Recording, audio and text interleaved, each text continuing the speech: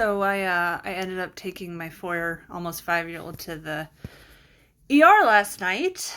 Right as we were getting them ready for bed, he started to say that back here behind his ear started hurting, and he was just kind of moaning about it. And I was like, okay, whatever. I gave him a single Tylenol, but then over the course of the next hour, he started getting like more and more. Oh my God, it's hurting, it's hurting.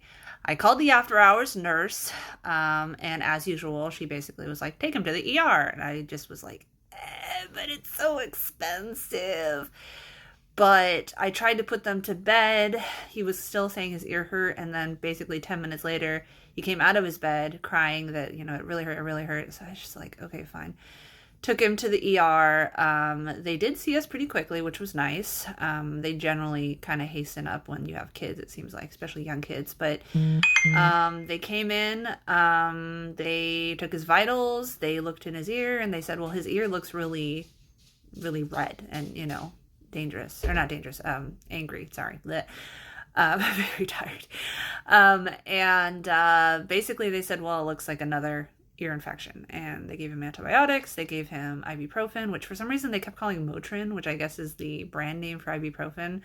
Like they all called it Motrin. It's like, why don't you call it ibuprofen? Motrin's the brand name. But anyway, and finally after the Motrin dose, or the ibuprofen dose, he stopped hurting enough that he fell asleep in my arms.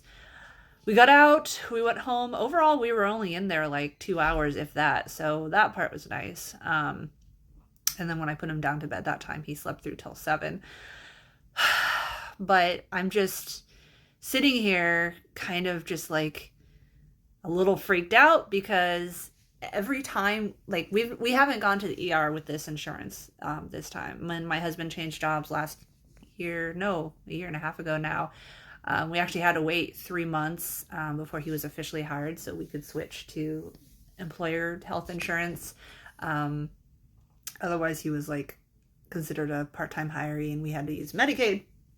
And there was a situation where I really wanted to go to urgent care, but I couldn't find any urgent cares that accepted Medicaid, so that was a whole thing. But anyway, so yeah, I'm sitting here waiting to see what the bill's going to be. Luckily, I drove him there myself.